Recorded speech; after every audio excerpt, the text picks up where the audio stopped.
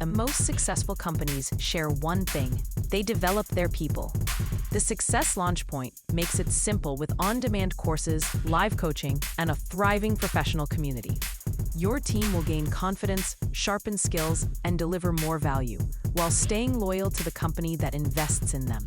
To take your workforce to the next level, check out modernobserver.com/launchpoint.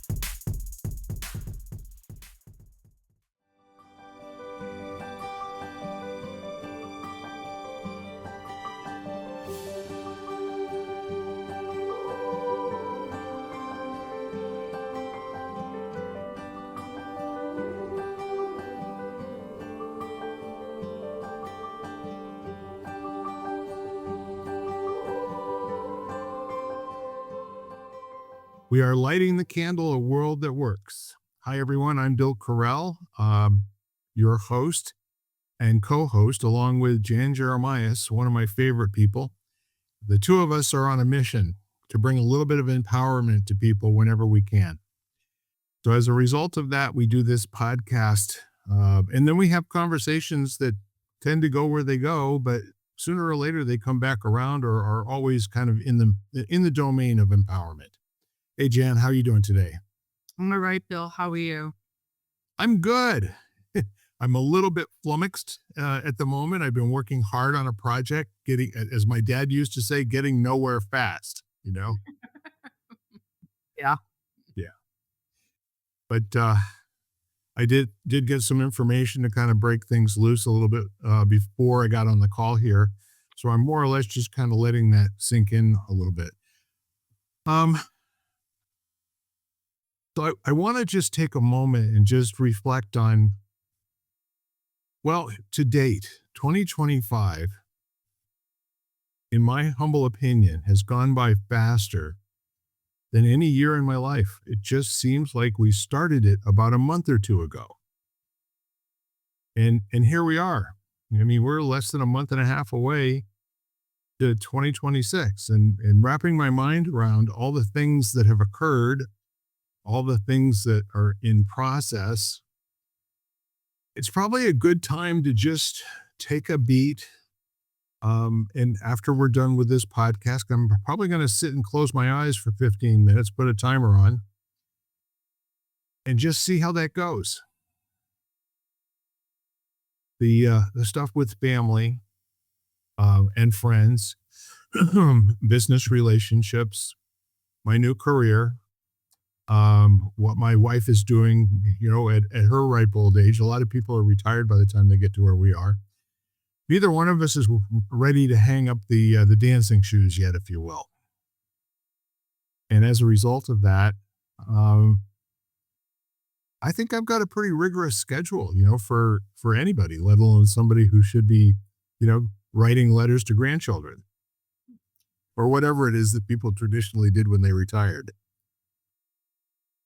Yeah. You're still pretty active as well, aren't you? Yeah. I think sometimes I'm in the opposite. I think I feel a little tired. But yeah, it's been a year. I think I feel a little bit tired. And in some ways, I feel like this year has been very long. And in other ways, I can't, like I'm with you, I can't believe that, however many months have gone by, and, I'm just like, really, it's the end of November. I can't, like, where did it go kind of feeling. So I'm kind of feeling a little bit of both.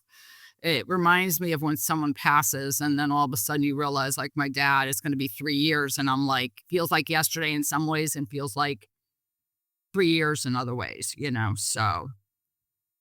That's Yeah. getting murky for me too. You and I both lost our dads pretty close to the same time. It was early and late spring, if I remember correctly, and we more or less helped each other through that period of time. It was the word navigation gets used an awful lot, but it's a little different when you're totally in the dark, just kind of reaching around and trying to figure out where you are.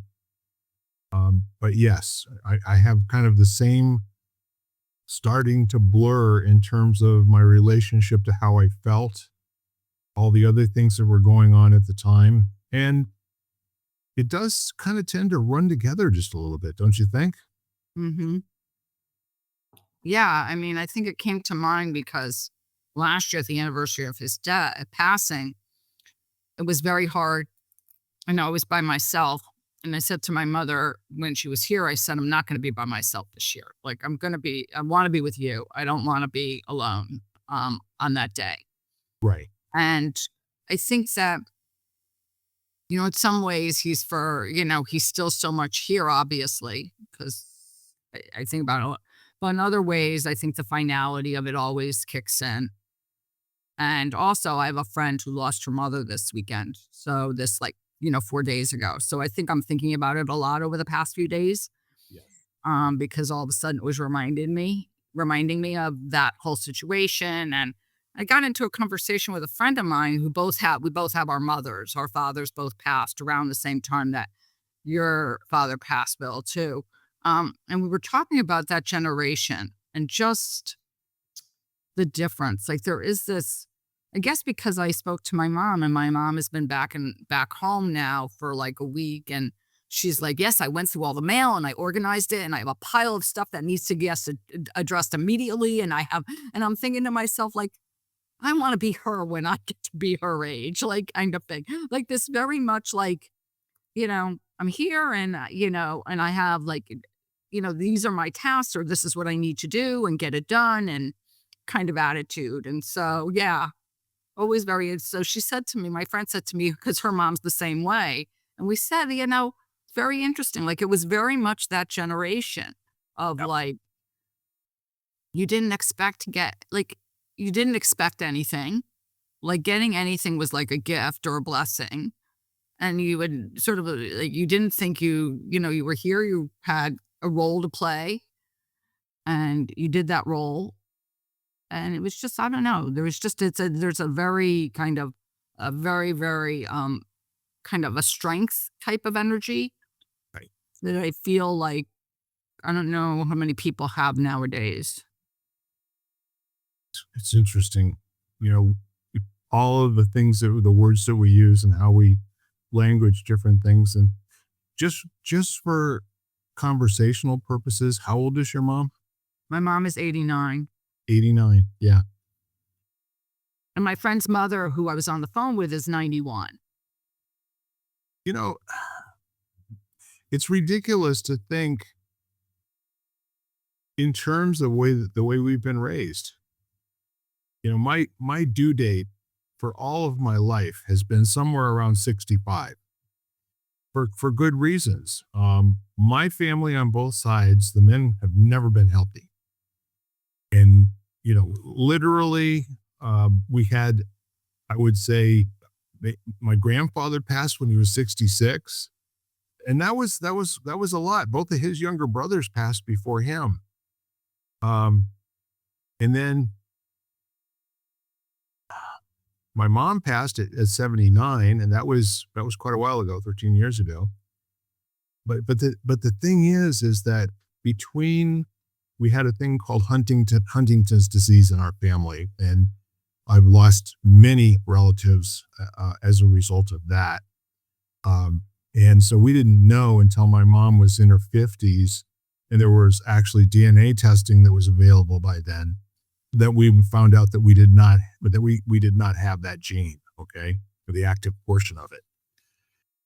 And if you don't know what Huntington's disease at home, it's a disease that comes on in your early to mid 40s that is a degenerative nervous system disease that affects your muscles, and your ability to retain weight, your ability to eat food and sustain yourself, but your mind doesn't lose a beat. It's like you've got who you are in this shell that's just becoming smaller and more frail, and that usually lasts. Typically, people pass in their late 50s to early 60s. So there was that. There was the heart attack, stroke, and all that sort of thing. But the male relatives in my family were smokers, drinkers, had never got any exercise. They were great athletes when they were kids, and many of them were active duty in World War II. But as time went on, they got sedentary jobs, and so most of them didn't last all that long.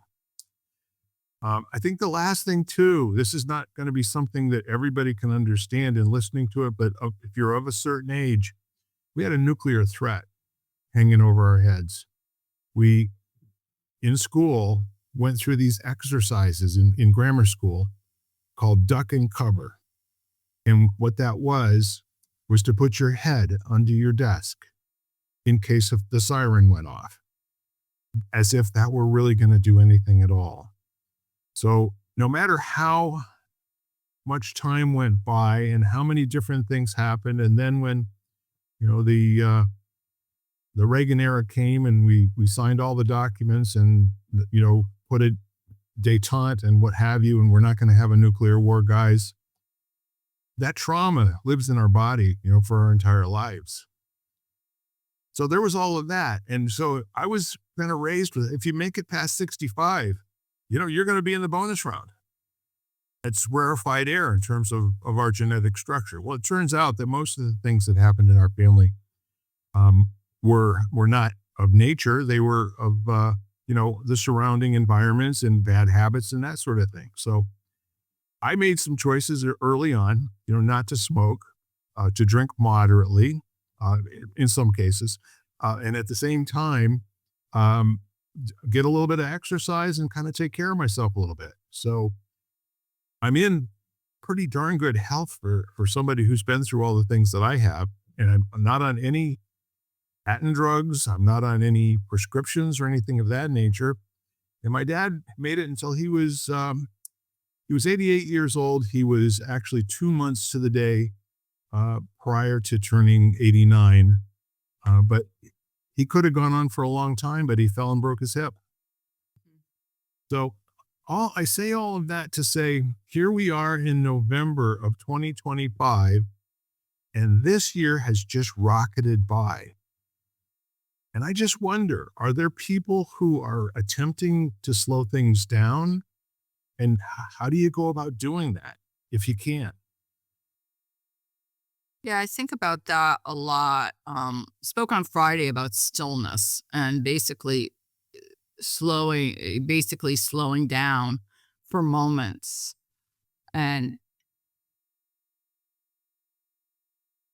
and non-forcing, and so it was a really beautiful conversation. But in that, I think there is this ability to slow down, to make choices and to make choices to prioritize stuff and realize that not everything demands your attention immediately. I think we have this feeling that if we slow down, we're going to miss something. Like things, and they do, technologically, things are moving very fast. Like things move fast. Right. But I think we have this fear of missing out, of like, oh my gosh, like if I slow down for any lengthy period of time, I'm going to miss out, or I'm going to be so far behind, I won't be able to catch up. Right. And not to say there are areas of my life which I've done that. And now I'm catching up. But there are areas where I have to sit back and realize that, it's okay to slow down. It's okay to finish one thing at a time. It's okay to not get, to look and say, well, I'm not going to do that. I have these 5 other things to do, or these, do I really need to do that? And to start to prioritize. That's how I look at slowing down, because I feel like, I don't know, like I said, I think, trying to keep up all the time is exhausting. It is. And I got to ask you a question while you're talking. I'm having this kind of, it's a thought about my calendar. And I think at some point in my life, space that was not occupied by some sort of an appointment or some thing to do bothered me. It was like it's sitting there, pointing an accusing finger at me, like, why aren't you more productive? Why aren't you, and the long and the short of it is, there was another point in my life where one of the things that I put on my calendar was a 25-minute nap. I would go crazy working from 6 o'clock in the morning. Sometimes I'd start off with 9 holes of golf at 6 o'clock in the morning because our office was located right next to the country club.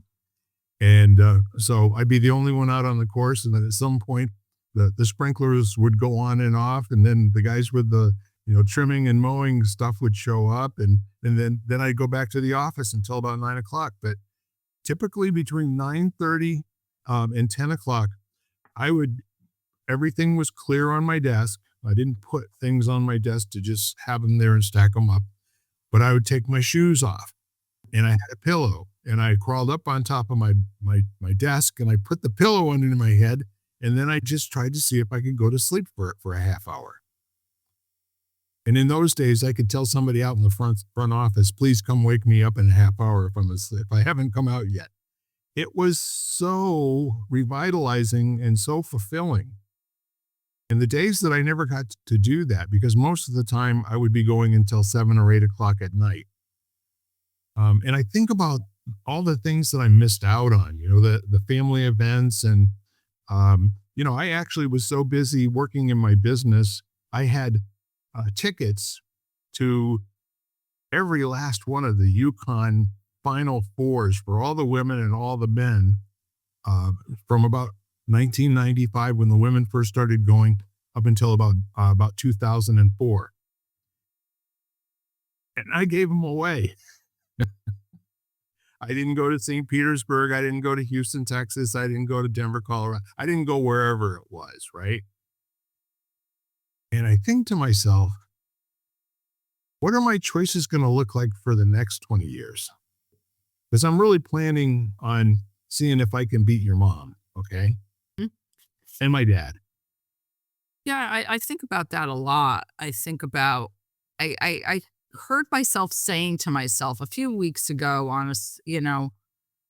had had a extremely busy week. And on Saturdays, basically, I'm up at 4 because I have to travel an hour to teach. So I leave the house really early. And then, so basically I work from like 7 to like, now it's like 1 on Saturdays. And on Saturday afternoon, I did nothing. Like I sat on the sofa for like I don't know how many hours. And I had this feeling of like, oh, I was lazy. And then I thought to myself, like, I kind of looked at the comment in my head, like I'm on the little bubble in my head. And I said, okay, first of all, that's not logical because maybe today I'm being a little bit lazy, but that is not in my nature to be lazy. So I'm like sitting there going like, what are you saying to yourself? Like, and I think that that's our feeling is like, oh my gosh, I have this blank in my schedule. I'm being lazy or I'm not being productive. That's the big word. I'm not being productive. At least it's the big word for me.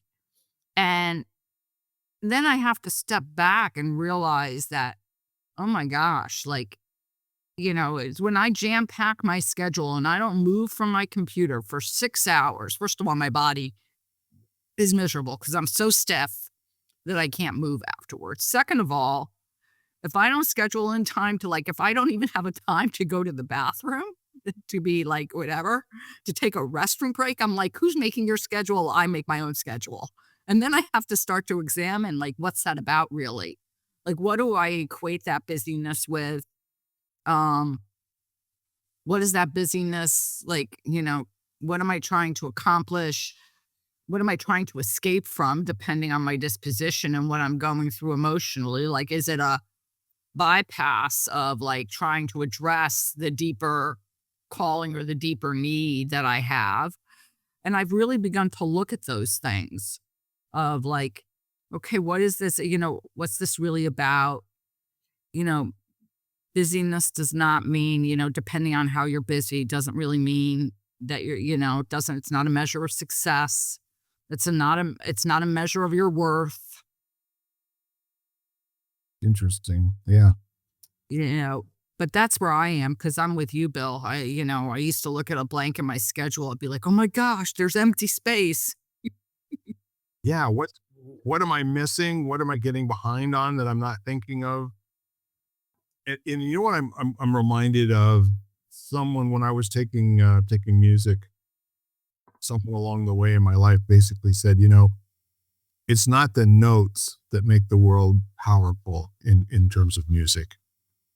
It's the silences in between the notes that separates them and gives them definition and meaning. So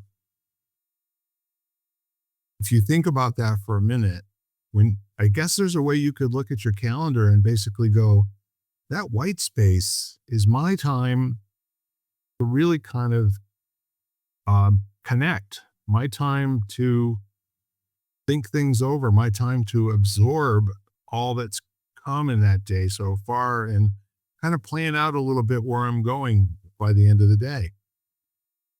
And the whole notion that there's anything wrong with your calendar at all that's got to be so foreign to about 95% of the people on the planet who don't have a calendar. Why would you be dominated by something like a to-do list or a calendar? That's a first world problem, I think. I don't think folks in the Philippines or even in some parts of our country, I don't think it's on their mind at all. But there's the immediacy of all of this noise coming at us all the time. And I've been looking at a couple of different things where they're talking about boredom, the value and the joy of boredom. Oh, I think that often. I think that, yeah, go ahead. But I have a lot, I think about boredom a lot.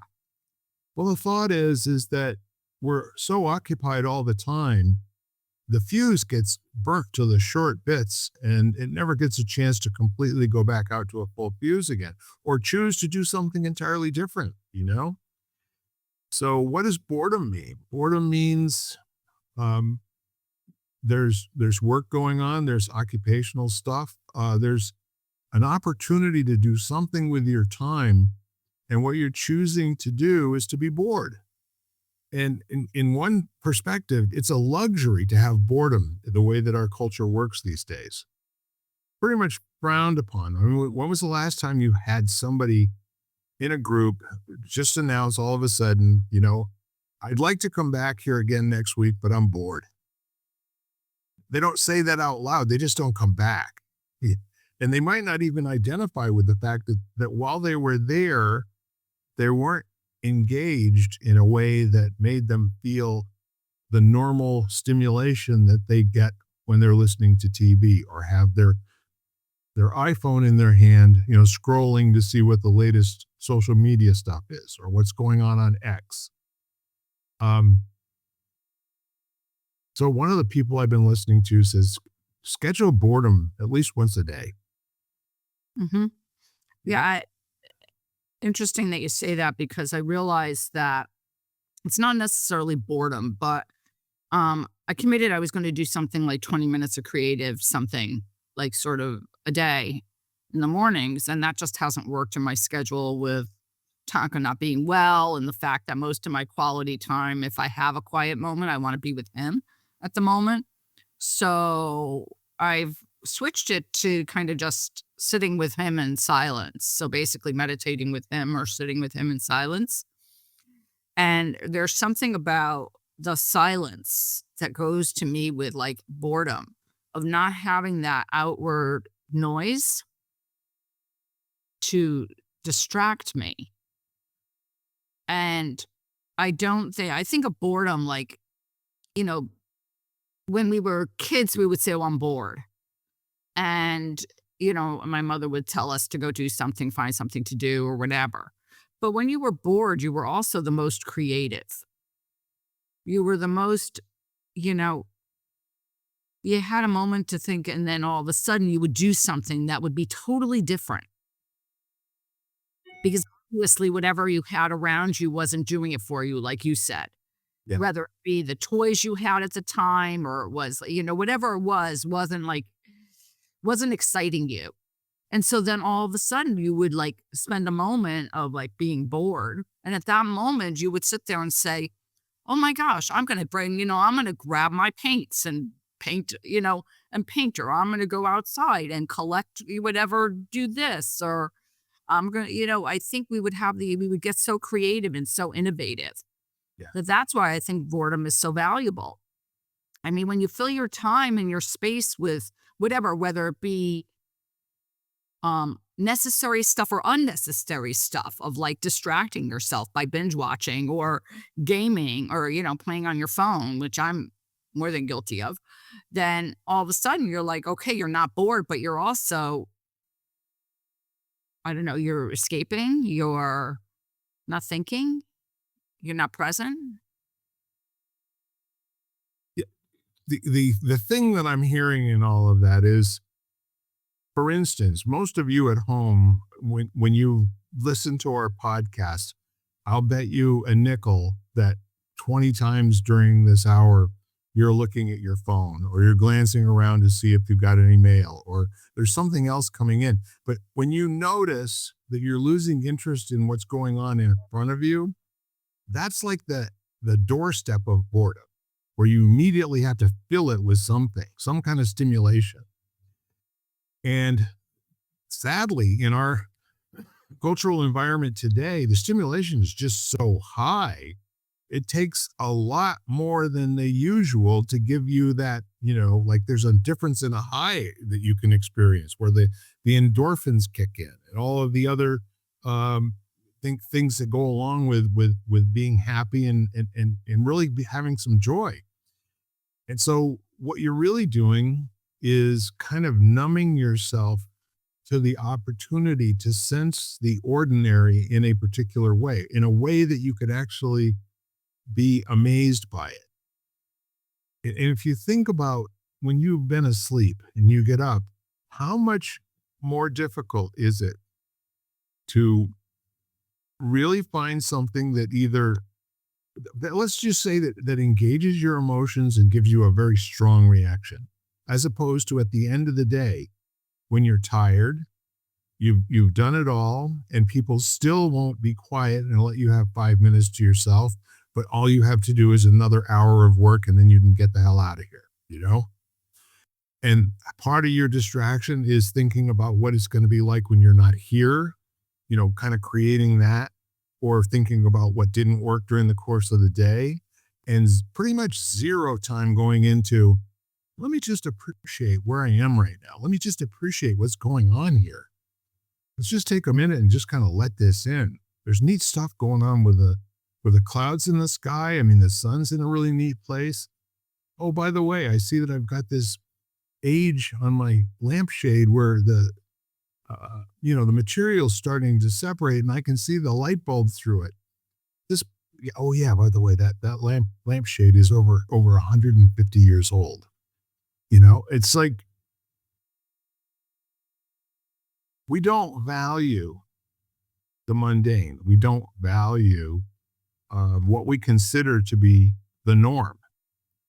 However, those things that wow us are the things that other people are bored with. You and I save our money up and we wait for a period of time when we can focus on a particular thing, like going on a vacation somewhere. And there are other people that do that for a living. And quite frankly, they would give it up in a heartbeat to do some of the things that we're doing that we're bored with, They're just not part of their routine. I think that idea of appreciation, that's something that can be learned and cultivated.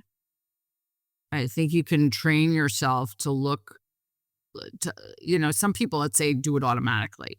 Right. I think others, you can train yourself to look for things you appreciate. I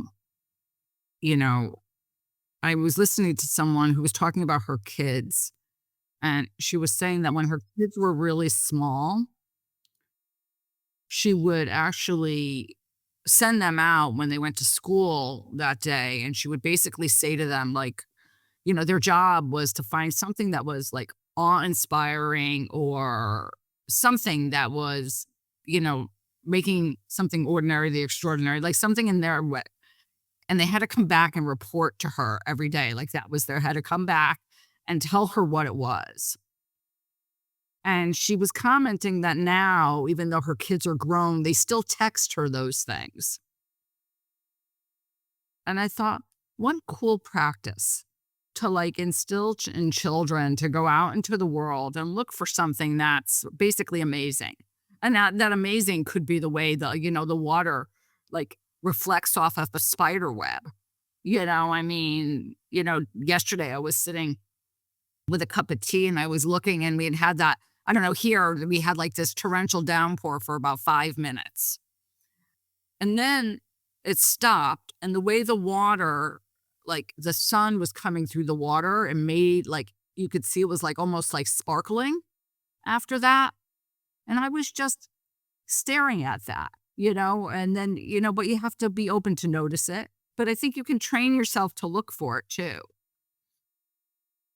Yeah, the habits, that whole principle of what you do over and over and over again is what you master, you know?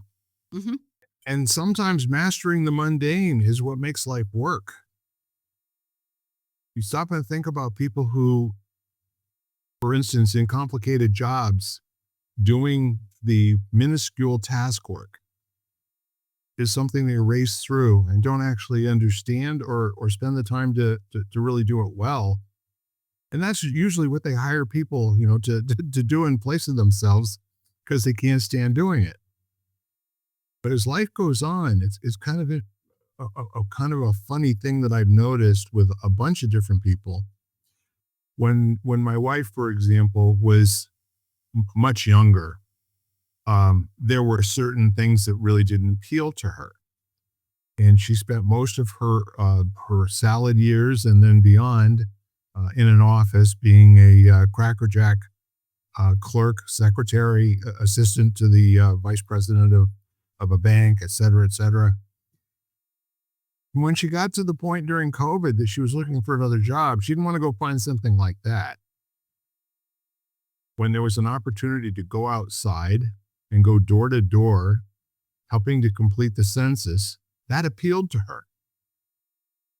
And it was not something that she ever would have conjured up on her own until an opportunity presented itself.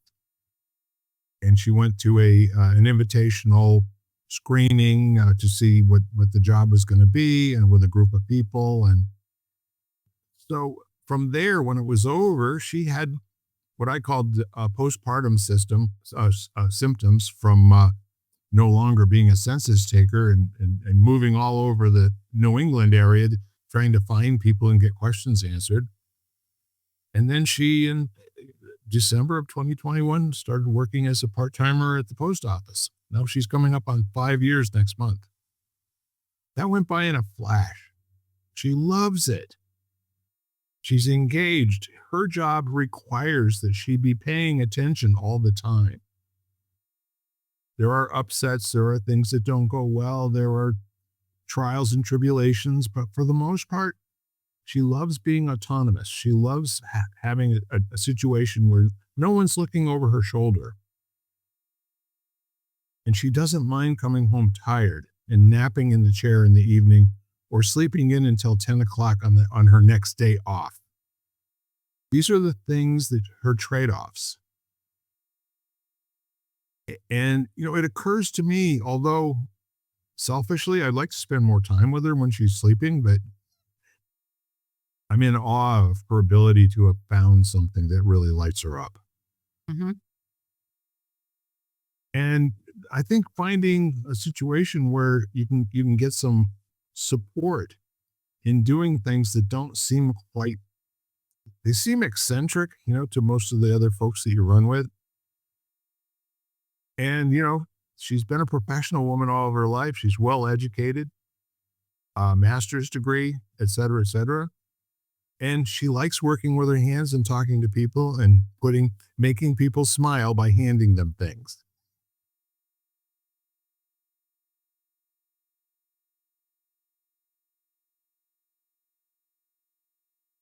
I mean, I think it's important to find something that lights you up. Um, that gets you excited. Mm. And, I'm listening to your story about your wife, and I'm thinking to myself, she's helping people. She's being with people. And I think I think that when things, I don't know, I know that when I do stuff that lights me up, and it's, almost always in a lot of it is in relation to other people. Yeah.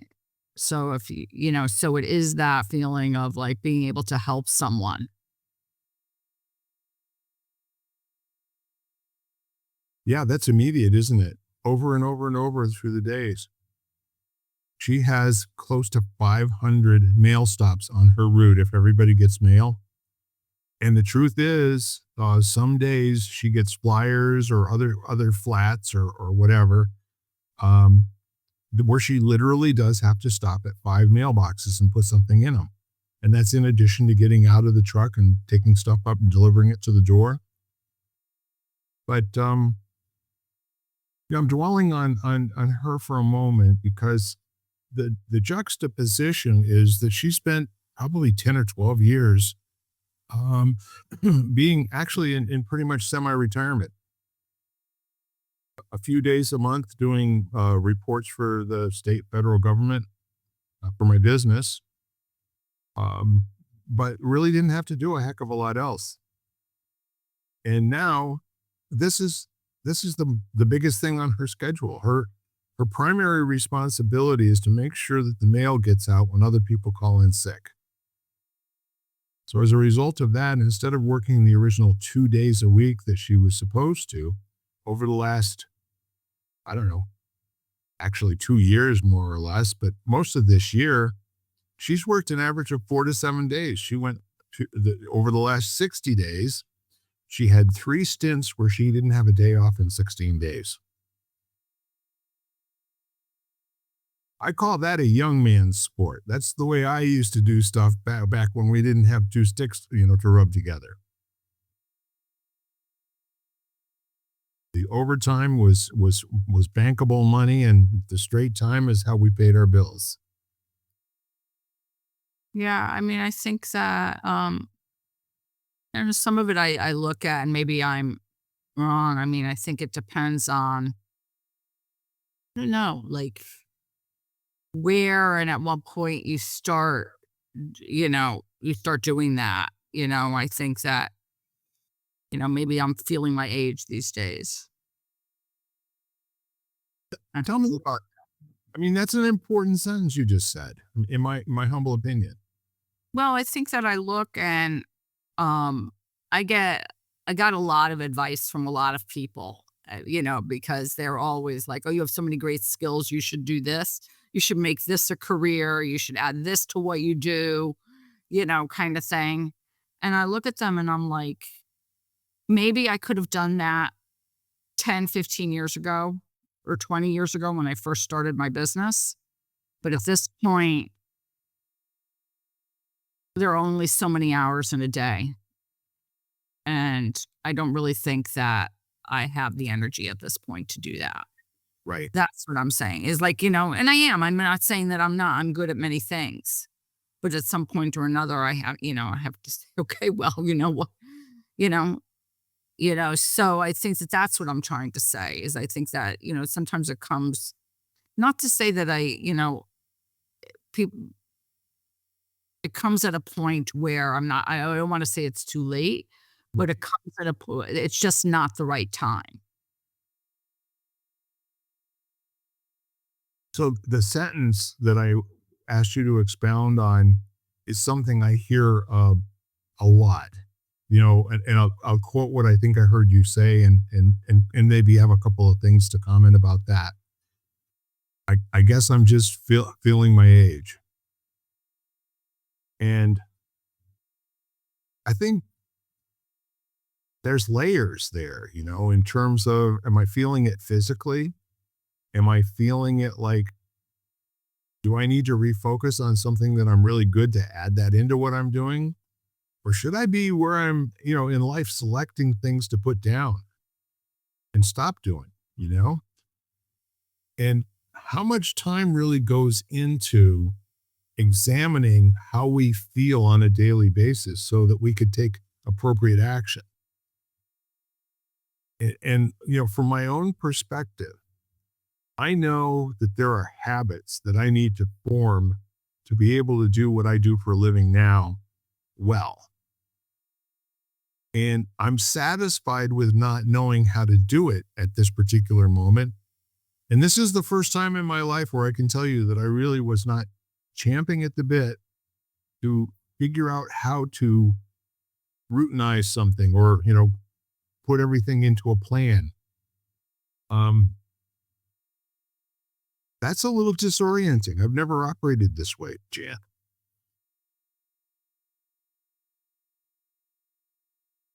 It's not bad, but it is quite different.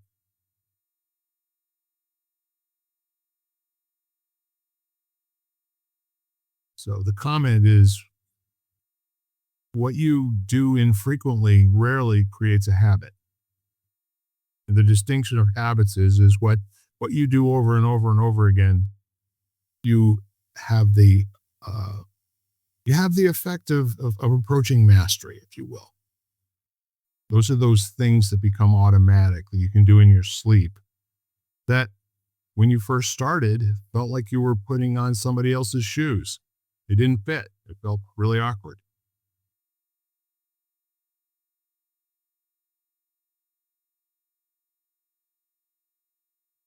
So I think, as we go through life, I don't know about you, but when I say that I'm feeling my age, there's a lot going on there. It's more like a stew than it is a piece of bologna. Like, well, not one thing.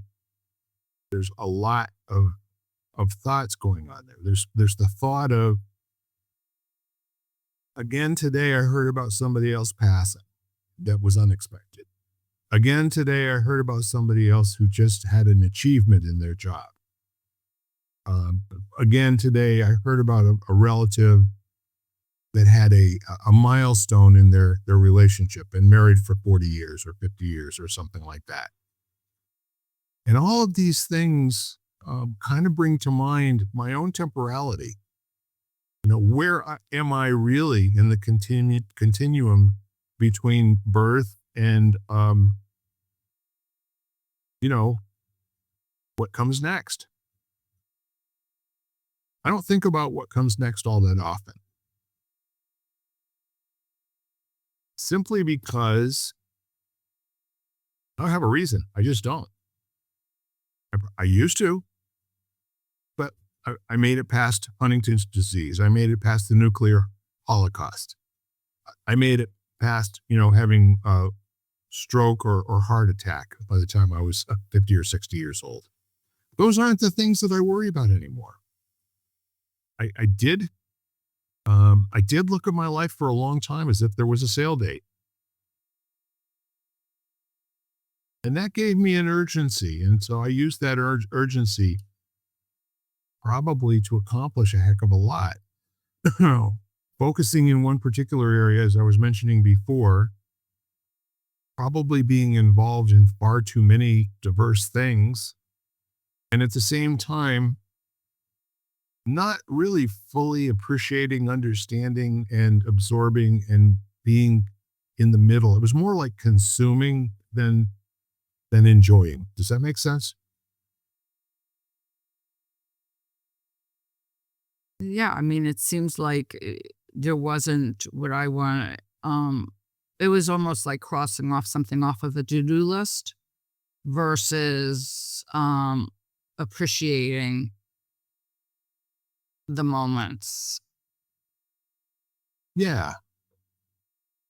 There was a period of time where I actually was working on a habit to have everything that I did be blessed and be meaningful because it had 100% of what I could do well. Then the busier I got, the busier I got. It seems like that's just kind of how it gets. More busyness begets more busyness. And yeah, the to-do list was where I got my satisfaction, crossing those bad boys off. Yeah, yeah, I guess I'm just, at this place now where I really am trying to look at, I guess speak, I guess, appreciation, but it's been, to me, it's beyond that. It's motivation. Like, what is my motivation behind what I'm doing? Motivation meaning, you know, for the why. Like, why am I doing it? And, you know, what is the motivation behind it? Is it so that I can feel better about myself? Is it so that I can look good to other people? Is it so that I can, what is the motivation? Is it because I don't want to deal with, something else? Like, what is the motivation behind what I do? Is that lately where I'm spending a lot of time, I think, in this kind of, yeah, I think it's become very important to me to look at that kind of stuff and to look at it with an element of compassion and curiosity, of like looking deeper beyond the surface of what it actually is. It's So that really communicates. And essentially, the word motivation, we've been raised on that. I don't know, I have since I was in my 20s. The whole the whole self-help movement and motivational speakers, and where I think they really, they meant inspirational, but what I'm hearing from you is what's behind the choice that I made to be doing what I'm doing right now. Are you always satisfied that you get an answer to that question? no. And sometimes no. And I think sometimes sometimes I'm in a space where I don't really need to know the answer. I mean, it needs to get done, it needs to get done, or whatever. But sometimes I have to examine and sit there and say, and I'm just started to really explore it, because I think most of the time the motivation behind it, or a lot of the time, and I guess I can speak from personal experience, is there is something um, deeper, whether it's this feeling of I'm not feeling overly secure at the moment, or I'm feeling lonely at the moment, or, and I think some of that stuff is very hard to look at. Yes. And so I can't say that I do it all the time because, it's a lot of energy to kind of look at those deep feelings or deep things that we don't really want to look at. And so to sit there and say, okay, well, I'm busy because the house is quiet and I'm lonely. I can say that, but then the next step is like, okay, well, what do I do about it? Or if I don't want to feel lonely and I don't want to do, like, and I'm realizing that I'm using that as a means by which to distract myself from that feeling. Right. Well, if I don't want to, like, basically I have to do something about that. And so what am I going to do about that? So I think that it opens up, but there is room now to, like, kind of sit there and start to look at that. Like, that's where I think I'm spending a lot of time at the moment, personally, like I said. What I love about what you're saying, Jan, is that it arouses curiosity in me in terms of um, how does that look? How does it work? I can tell you that there have been times when I was in a course of study, in my self-help journey, if you will, of trying to understand my feelings. And it was always pretty dicey for me, the ability to identify a feeling. I usually lost the handle on it after a few moments, because once I started trying to name the feeling was gone. It wasn't there anymore. So now I'm naming a memory. I'm not naming the feeling any longer. And so at some point, I just, after kind of journaling and writing these things down, I started going back and rereading what I had journaled. And they didn't get me back to where I was feeling before. So that's either because I was a poor communicator and I didn't translate my feeling thoughts into language that could take me back there,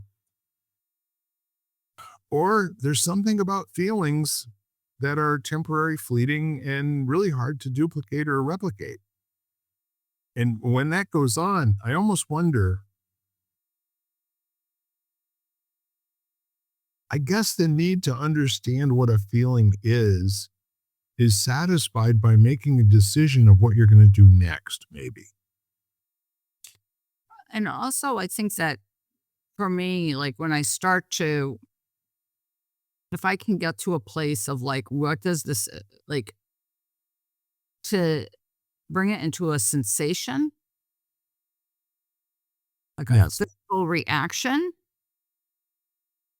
and I can get clearer on that feeling. So, I had a fluttering in my heart or my breath caught or, like some sort of, I all of a sudden I got really warm. Like, all of a sudden that sort of specificity allows me to sort of to process whatever that is for me. Just the words, and sometimes words, but the combination, I guess, is what allows me to get to that or to sort of decipher or to investigate what that's really that emotion is or whatever the motivation behind something Right. and the emotion that was like to it. But as if I can get that basically into the sensation of it. Yeah. And I'll tell you what, if you've got the time, the inclination, and the ability to focus and distinguish, that sounds to me like a practice that has got many possible great outcomes. And at the same time, I actually wonder if there's enduring value in getting an answer to a question. I mean, I always kind of like discounted it by saying it probably was gas, or something of that nature that sounds funny, but the and even the whole idea of sort of wanting to find value in a practice without really getting to the point where it's facile and that you can make changes to it subtly and really kind of focus and drill down and hone in on something in a powerful way. I gotta, turn myself in. That's always been maybe one of my failings or one of my weak suits. I've never been able to sustain the interest. I get, this is the way I would say it now. I've never been able to sustain the interest in finding out what it is that I'm feeling long enough to really ever get there. Yeah, I mean, I think that that's why, to me, why certain scenarios keep on happening over and over and over again. Right.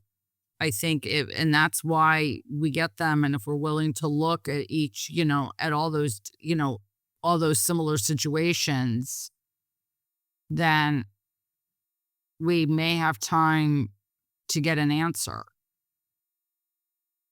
or to get further clarity. I guess the answer is a wrong word. I like clarity better. We get clearer on it, even if we don't, it just becomes a little bit of a deeper um, look at some of who we are for me, Yeah. and not in a negative way. It just, I think I end up having a little bit more compassion for myself and understanding because all of a sudden it explains like certain habits or certain traits. And I understand, and I'm a little bit less critical of what has evolved and why I have evolved the way I have, like, okay, well, that's understandable. Like, look at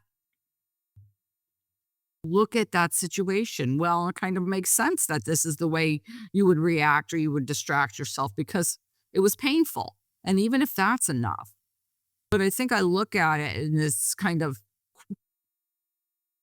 this investigation into discovering like and and that discovery being a way to find more compassion and appreciation for myself. And therefore, my attitude is the more you appreciate yourself and compassion for yourself, it only deepens your that ability for others. Like it only spreads. I don't think you become more compassionate about yourself and then become, excuse my French, but become an asshole to everybody else. Like, I don't think that happens. I mean, personally, I think that what happens is that you hopefully are then more compassionate to other people. There's a lot of brilliance in what I hear you saying, and that is that most people who are um, um, typically offensive to other people in their behavior have spent no time whatsoever ever thinking about how bad they are to themselves. And I've always walked out of situations where somebody was antisocial or just plain ugly, if you will, knowing that, wherever they go, that's where they are. They're always going to have that with them. And then I changed that in my mind to compassion and thinking, that's kind of sad. And if I could give them a hug and make that all disappear, I'd be willing to do that. Hmm. Well, I was on a meeting the other day, and this woman said something about, we were talking about, I was talking about compassion and, for yourself and things like that. And then, appreciating yourself or whatever. And she made the comment of basically disliking herself. And she didn't really think that one had anything to do with the other. Right? And I'm not saying, I mean, I don't know her that well, so I can't, but I don't envision her as being an unkind person at all. I'm not saying that, you can dislike yourself and still be a kind person. I just think that one is, what's the motivation behind that is one of my questions, and then the other thing is, I think it deepens. I think you become more kind, more compassionate if you have a better understanding of yourself. Because in that better understanding, you recognize that, your gifts, you recognize your flaws, you recognize that you're not perfect, nor is anyone else. And I think that, that's, to me, empowering. Well, my takeaway from everything I'm hearing from you is just this thought that the senior level of this conversation is really high on Maslow's hierarchy of needs. That 80% of the pyramid never gets to a point where they've even got the time to spend in this inquiry whatsoever, nor would anybody bring it up to them as a suggestion. But that you are having these conversations and thoughts, what I have to say about that is that this is what starts to make it available to more people, that if there's value in something like this, people have to discover it for themselves. Because what gives you value and what gives me value may not translate into somebody else as being a solution to anything or as a bridge to something. But I always say, if you hear something that seems like a pretty good idea, give it a shot. See if there's something there for you. And what I also hear you saying is that you put a lot of thought into all of this. There are people who have a self with a with a lowercase s. That means they haven't done much work on it. They haven't really thought about how they're building themselves and how they want to show up in the world.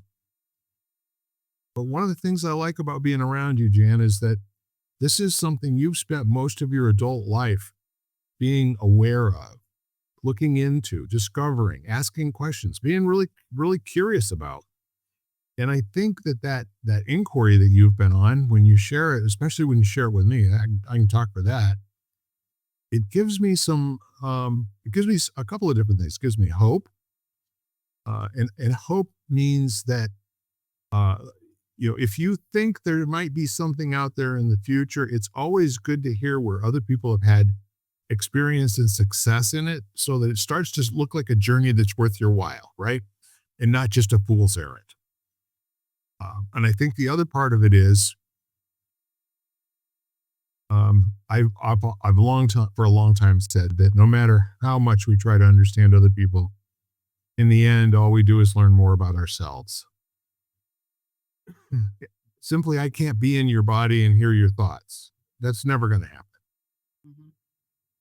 But the more we exchange and create new language, the more we start to get an understanding and an aha moment. Then I start to see what it feels like to me to entertain the thoughts that I hear you talking about or expressing.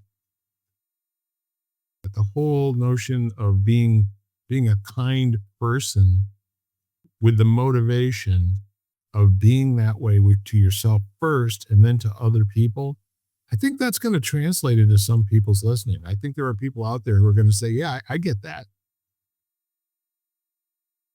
I mean, I hope so, having been unkind to myself for many years, to be a self-confessed, like Not to say that it's been more than a few hours since the last time you were that way, right? exactly, exactly. Um, it seems like, it just seems like a very harsh way to navigate the world, always being self-critical and self-berating or thinking that you're not measuring up. Right. Eh, And so I think that when I look at that, then to me it's a worthwhile thing to explore. Right. Um, because I've always been, of the philosophy or of the belief since I started practicing yoga and I became sort of more aware um that how I was is basically how I am is how I go out into the world. And if I go out feeling horrible about myself or being horrible about life, everybody who I encounter is influenced or is affected by that energy or by what I do. So to me, it was always worthwhile because I felt like, well, if I go out into the world as a better person, then that's the only way the world's going to get better is one person at a time. It's a powerful statement to say it starts with me. Yeah. No, I really do in that way and not in a selfish way, but I agree. I, not, my teacher, Jenny, joking, like in a way, jokingly or whatever, she was very, very, very funny. And she was very much like she was grandma instead of grandma. She was very like, she was adorable, but, and so she used to say, and it's all about me, but this is like, yeah, it really is all about us in that way, not in a selfish kind of way, if anything, in an unselfish kind of way. It's being responsible, isn't it? Like Yes. having accountability for, yeah, I know, and I may be trying to be kind, but I might show up in your world as we were talking earlier as an asshole. Okay. But if you let me know that's how I'm coming across, I might actually do something about it. That's right. Exactly. Anyway, great conversation again, my friend. And we're at the witching hour. At the witching hour. Oh, no. So, with that in mind, any summary thoughts or any last thought you'd like to leave folks with?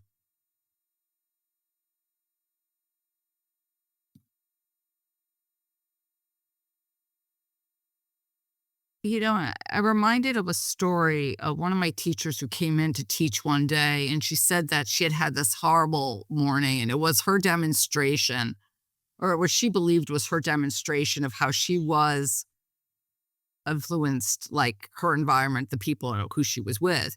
Right. Is she got up and her husband snapped at her. And so she got upset because there wasn't really any reason for it. And she went and she snapped at her kids because that's where the energy was directed at the time. Right. And then her son went to school and had a fight, and she got a call from the principal. And so she said, all I could think of was the fact that I had snapped at him and my husband had snapped at me. And it was like a direct ripple that went out, from our immediate home.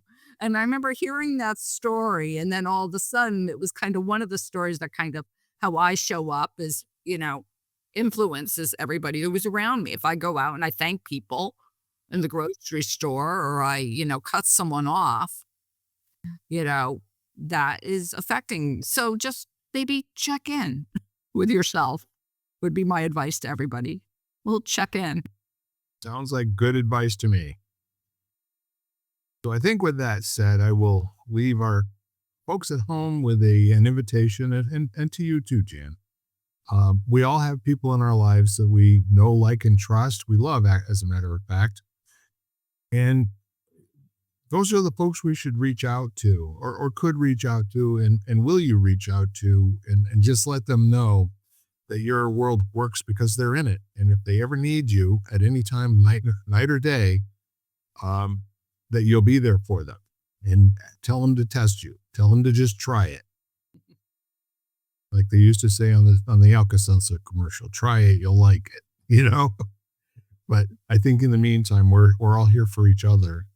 And it's a good thing to practice self-love. And you can do that a lot, like I said before, by reaching out and doing something that might be uncomfortable, but might make all the difference at some point, and just let people know you're there for them.